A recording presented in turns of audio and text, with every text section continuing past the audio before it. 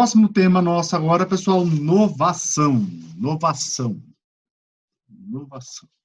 Veja, pessoal, a expressão novação, pessoal, ela vem do verbo novar.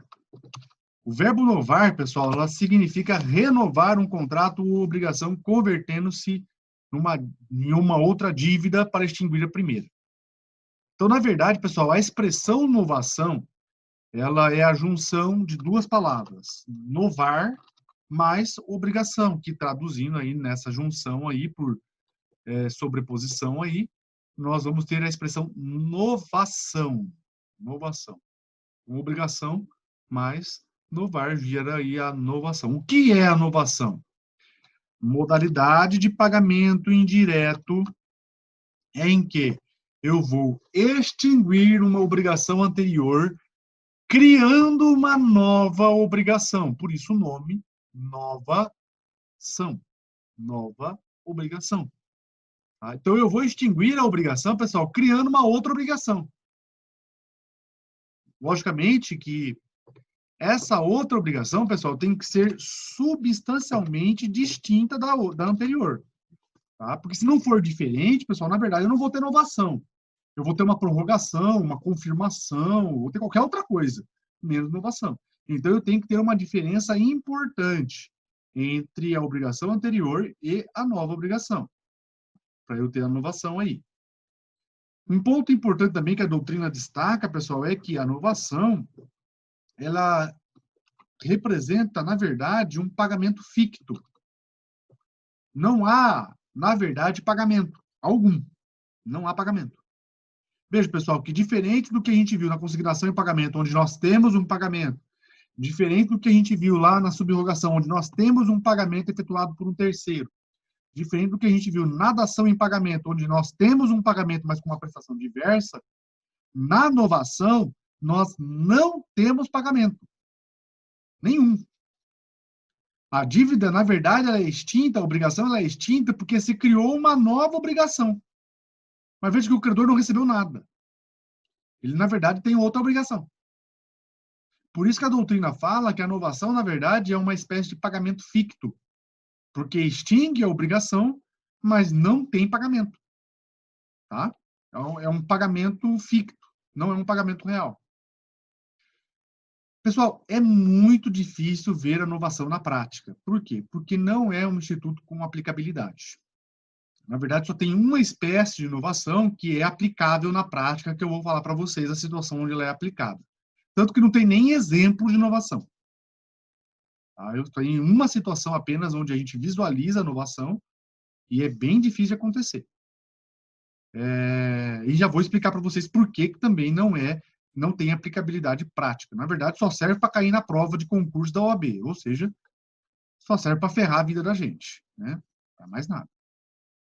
Ok? Aliás, isso a própria doutrina fala. Qual que é a natureza jurídica? Pessoal, aqui não tem dúvida, tá? Aqui a natureza jurídica é de pagamento indireto, tá? Não tem dúvidas disso. Né? Já se confundiu um pouco a novação com cessão de crédito, cessão de débito e tal. Mas hoje não, hoje é pacífico, porque a inovação é um instituto que existe, tem autonomia e tal. Então, a inovação hoje ela é considerada plenamente uma modalidade de pagamento indireto. Quais são os requisitos para nós termos a inovação? Requisitos da inovação, pessoal. Basicamente, são 4 requisitos. Primeiro requisito, a existência de uma obrigação anterior. Existência de obrigação anterior.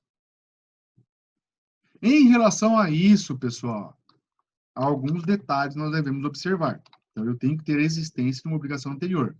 Mas, em relação a isso, nós temos que observar 3 detalhes que estão no artigo 367. Olhem lá.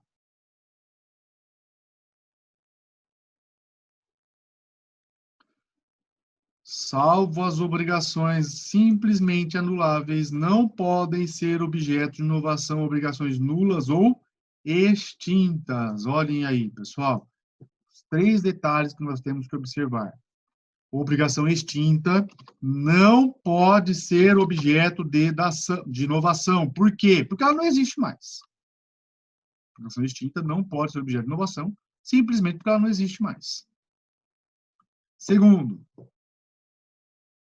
nulidade absoluta. Obrigações com nulidade absoluta também não pode ter inovação. Não admite inovação. Obrigações com nulidade absoluta não admite inovação. Por quê, pessoal? Porque a nulidade absoluta, ela não tem convalidação. Não admite convalidação nem pelo decurso do tempo. Então, o que vai acontecer, pessoal? Se a obrigação anterior era nula, a nova obrigação também vai ser nula. Por quê? Porque ela é fundamentada, ela tem por base uma obrigação anterior nula. Então, a nova também vai ser nula. Tá? Então, obrigação com nulidade absoluta não admite inovação. Está lá no artigo 367. E, por fim, pessoal, as obrigações com nulidade relativa admitem inovação. Por quê? Porque as obrigações com nulidade relativa, pessoal, admite convalidação. Como vocês estudaram lá no segundo semestre, na teoria das nulidades. As obrigações com nulidade relativa, anuláveis, elas admitem convalidação. Então, se elas admitem convalidação, pessoal, a novação vai funcionar como uma espécie de ratificação da obrigação anterior. Por isso que se admite inovação na nulidade relativa. Ok, pessoal? Então, vamos supor que a obrigação anterior foi celebrada com coação. Só que, em vez de eu pedir a nulidade dessa obrigação, eu faço uma nova obrigação. Na verdade, eu estou tendo uma atitude contrária ao que eu deveria ter feito, né? Por isso que a nova obrigação significa convalidação da obrigação anterior, e é por isso que o artigo 367 dispõe dessa forma, certo, pessoal? Então, resumindo, obrigações extintas e obrigações com nulidade absoluta não podem ser objeto de inovação. E obrigações com nulidade relativa podem ser objeto de inovação. Segundo requisito que nós temos, criação de uma nova obrigação, substancialmente diversa da primeira, tá, pessoal?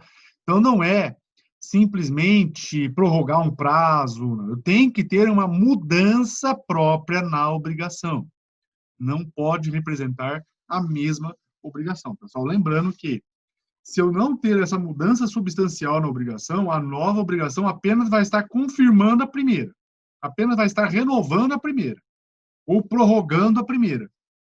Não vai estar criando uma nova obrigação. Ok, pessoal? Então, eu tenho que ter uma mudança substancial.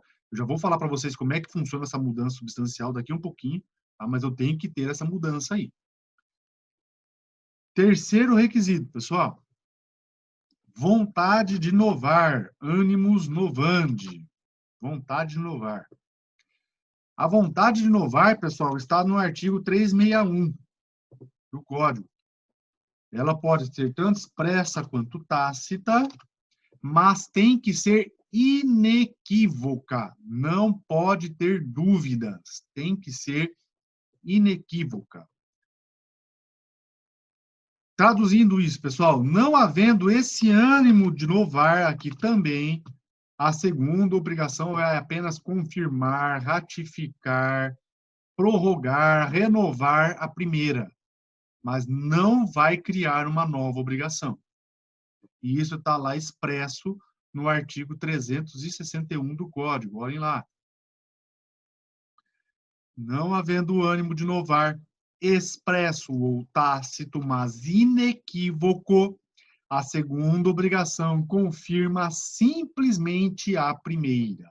Então, ó, tem que ser, pode ser expresso ou tácito, mas tem que ser inequívoco, tá? Tem que ficar claro que aquela nova obrigação está extinguindo a obrigação anterior. Se não ficar claro isso, a nova obrigação apenas vai confirmar a que já existe. Eu não vou ter uma nova obrigação. E, por fim, pessoal, o último requisito,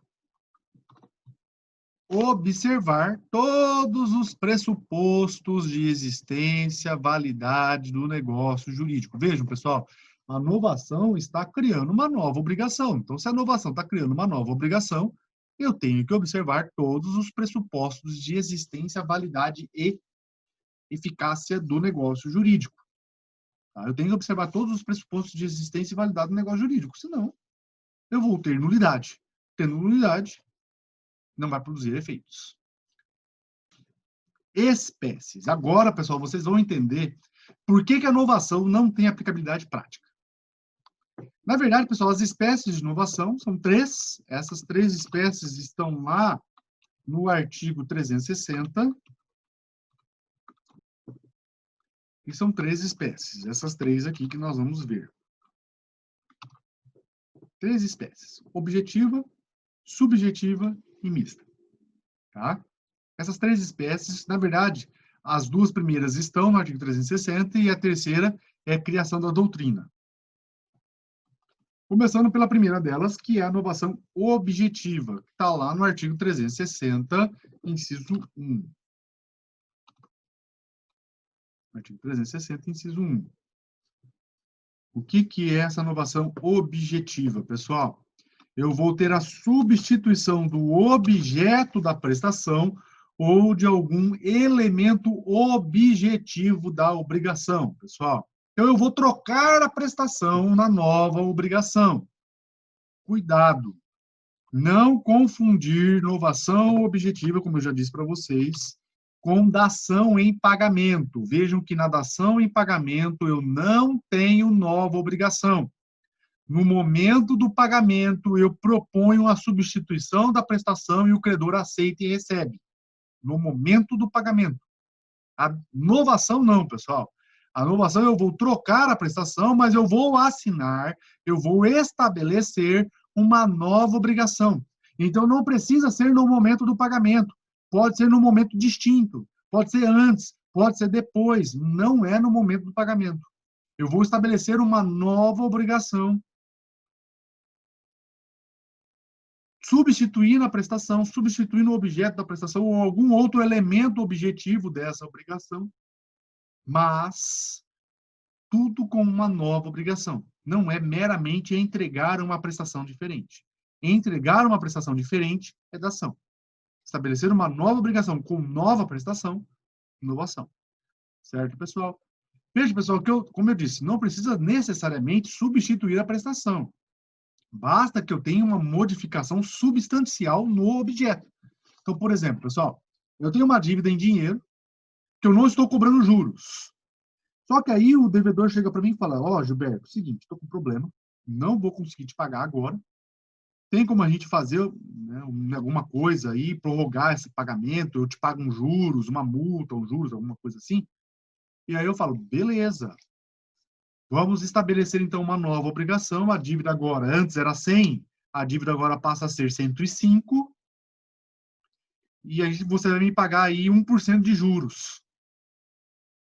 E se lá no final você não me pagar, multa de 2% em cada prestação que você me dever. Veja, pessoal, que antes, primeiro, eu não tinha estabelecido o pagamento parcelado.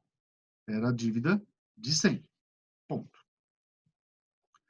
Agora eu aumentei a dívida para 102, estabeleci juros compensatórios de 1%, estabeleci um parcelamento, estabeleci uma multa de 2% por atraso na parcela e estabeleci juros moratórios de 1%. Veja, pessoal, que eu modifiquei substancialmente vários aspectos da minha prestação. Não precisaria nem mudar o valor. Se fosse o mesmo valor, mas eu trazendo todas essas modificações que eu apontei para vocês aí, de prorrogação de prazo, parcelamento, estabelecendo juros compensatórios, estabelecendo juros moratórios, estabelecendo multa por atraso, veja que eu mudei completamente o que eu tinha antes, mesmo mantendo a mesma prestação. Mas a obrigação agora é outra coisa, é outra história de obrigação. Então, nessa situação, pessoal, a novação seria objetiva, tá? Eu não teria meramente uma confirmação da anterior. Eu mudei a história da obrigação, então eu tenho uma novação objetiva. E é essa forma aí, pessoal, que é muito comum na prática, nas situações de renovação de dívidas, ou de contratos, ou de crédito, que eles popularmente conhecido aí como renegociação de dívidas. Uma das formas de eu manifestar renegociação de dívidas, pessoal, é através da novação objetiva, tá? É muito comum isso daí. A renegociação de dívidas, uma das formas de eu manifestar é através da novação objetiva. Não é a única forma, tá, gente? Mas uma das principais formas de eu ter a renegociação de dívidas é através da novação. Também, pessoal, já vi inovação em relação a contratos de comprar apartamento na planta. Então, o que acontece? Aconteceu isso com uma conhecida minha. Ela comprou um apartamento, prometeram uma coisa para ela, a hora que ela foi ver para fazer o que prometeram para ela, não podia fazer. Falaram, não, isso aqui não pode. Falei, mas peraí, o cara que me vendeu falou que podia. Ah, se for assim, eu não tenho interesse. Aí eu vou extinguir esse contrato aqui, vou entrar com ação de indenização contra vocês. E aí, então, o que propuseram para ela? Pessoal, uma novação objetiva. Trocaram um apartamento. Tá? Porque qual que era a ideia dela? Ela queria um apartamento grande. Então, ela comprou 2 apartamentos, um do lado do outro, num prédio, com a ideia de quebrar a parede que dividia eles e juntar os dois fazendo um apartamento só. Quando ela apresentou, falaram para ela que poderia fazer isso. Quando ela apresentou o projeto para a empreiteira, para a construtora, que vendeu o apartamento, a construtora falou que não podia fazer isso. Aí ela falou, então eu não tenho interesse, porque eu não quero esse apartamento, eu quero um apartamento com mais de 150 metros quadrados. Cada um aqui vai ter 90, então não me interessa. Os dois juntos seriam 180. Aí me interessaria. Um só eu não vou querer. Separado eu não vou querer. E aí, então, o que a construtora propôs para ela? Trocar por um prédio maior. Vai pagar um pouco a mais, mas ela vai ter o apartamento lá de 150, 140 metros quadrados. E ela aceitou. E aí fizeram uma inovação, pessoal. Trocaram, então, o objeto do contrato através da inovação objetiva. Então, a inovação objetiva, ela tem aplicabilidade prática. Em algumas situações, bem poucas, mas tem. Tá? Já vi outras situações disso acontecer também, mas basicamente essas duas aí ficam bem claras para vocês. Agora, a inovação subjetiva, pessoal, não. As outras espécies de inovação, vamos ser bem sinceros para vocês, não tem aplicabilidade prática nenhuma. Inovação subjetiva, pessoal, a nova obrigação, como o próprio nome já está falando, vai substituir as partes da obrigação. Então, vai substituir um ou ambos os polos da obrigação. Então, a gente pode dizer que a inovação subjetiva tem 3 subespécies. Vou ter a passiva, eu vou ter a inovação subjetiva ativa e vou ter a inovação subjetiva mista. Vou ter essas 3 espécies aqui, pessoal. O que é a passiva? Inovação subjetiva passiva. É a que está lá no artigo 360, inciso 2 do Código. Olhem lá. Dá essa inovação. Inciso 1, a inovação objetiva, né? Quando o devedor contrai com o credor nova dívida para extinguir e substituir a anterior. Tá? Então, a inovação objetiva é o inciso 1. Inciso 2, quando o novo devedor sucede ao antigo, ficando este quite com o credor. Ó. Então, novo devedor sucede ao antigo. Então, aqui, pessoal, nós vamos ter a inovação subjetiva, ou seja, a substituição do devedor da obrigação. Por que não tem aplicabilidade prática, pessoal? Por um motivo bem simples. É muito mais fácil fazer cessão de débito. Não tem aplicabilidade porque é muito mais fácil fazer cessão de débito, que vocês já estudaram. Veja, pessoal, que na cessão de débito, basta um termo de cessão com a assinatura de concordância do credor. Ponto, acabou. Não preciso de um novo contrato, não preciso de uma nova obrigação, não preciso de mais nada. Basta essa ação. Acabou. Aqui não, pessoal. Aqui eu vou precisar ter todo o restabelecimento do contrato, vou ter que ter aí uma série de coisas a ser observadas. Então, pessoal, eu não vou ter aplicabilidade prática, né? Efetivamente, eu não tenho aplicabilidade prática nenhuma desse tipo de relação.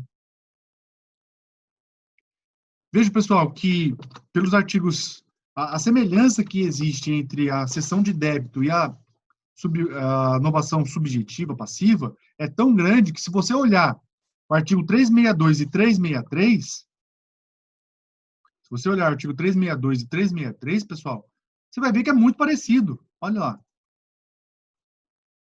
Artigo 362. Novação por substituição do devedor pode ser efetuada independentemente do consentimento deste. Vocês viram isso lá na seção de débito.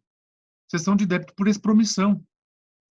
E 363. Se o novo devedor for insolvente, não tem o credor que o aceitou ação regressiva contra o primeiro, salvo se este obteve por má-fé a substituição. Ou seja, pessoal, é igual na seção de débito.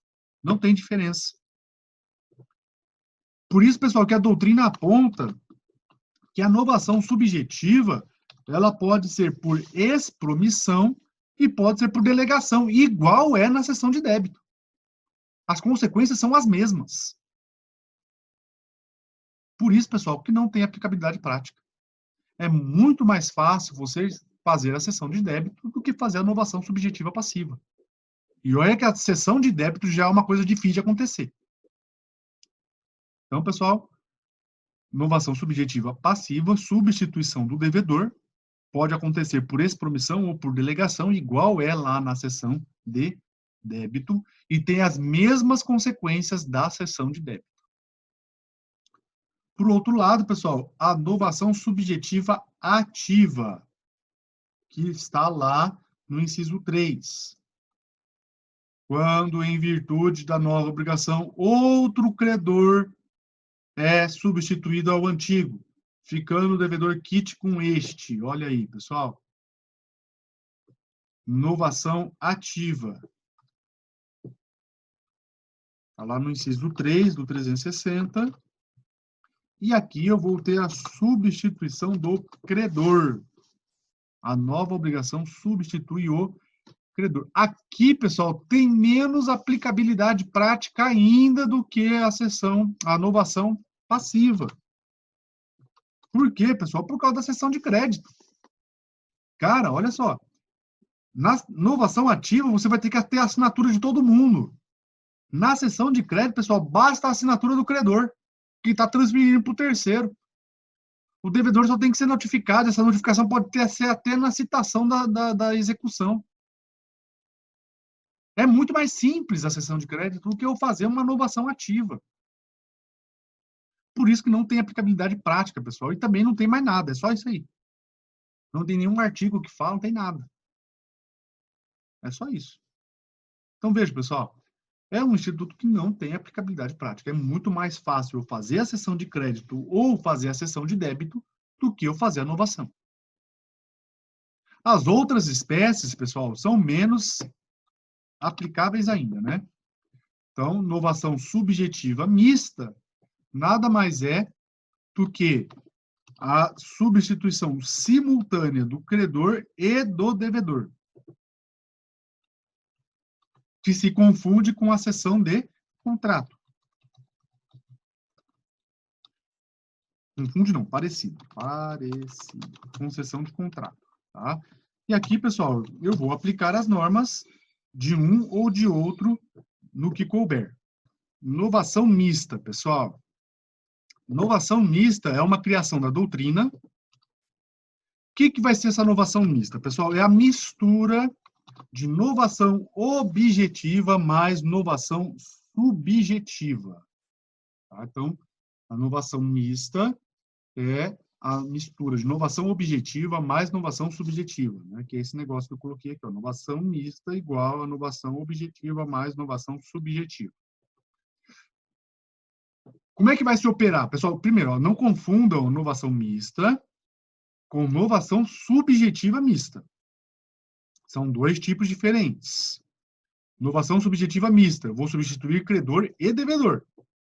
Novação mista é a novação objetiva mais novação subjetiva.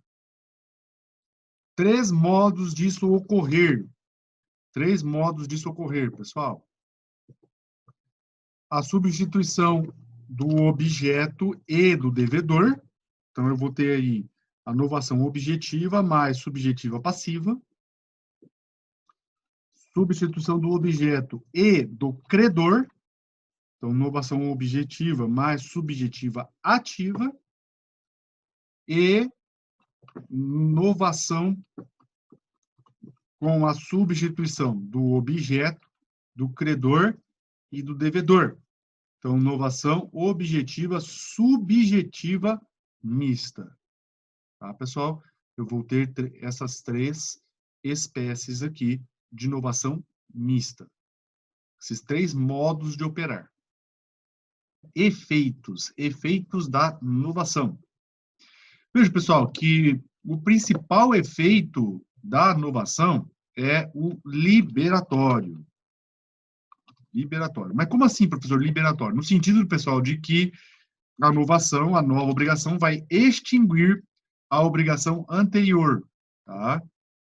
Então, vai extinguir a obrigação anterior. Beleza? Esse é o principal efeito da novação. Vai extinguir a obrigação anterior com a nova obrigação. Mas, em cima desse efeito aí, pessoal, principal, nós podemos apontar 5 efeitos secundários. 5 efeitos secundários da novação.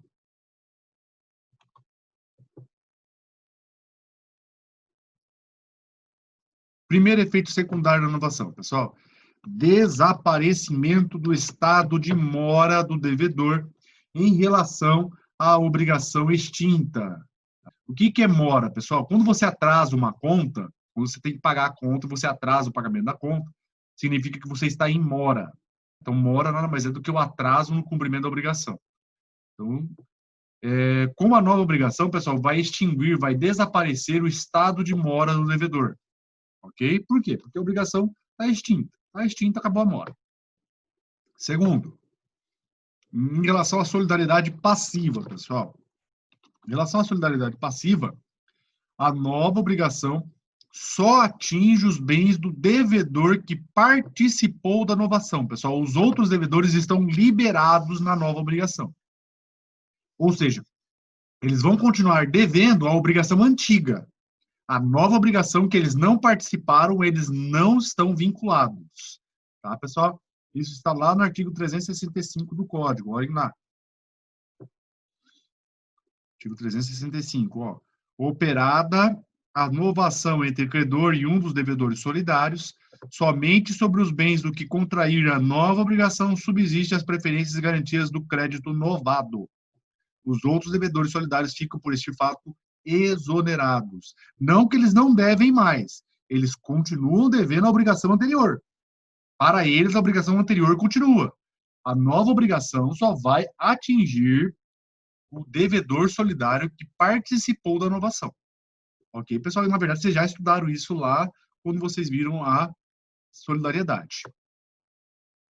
Terceiro efeito, pessoal.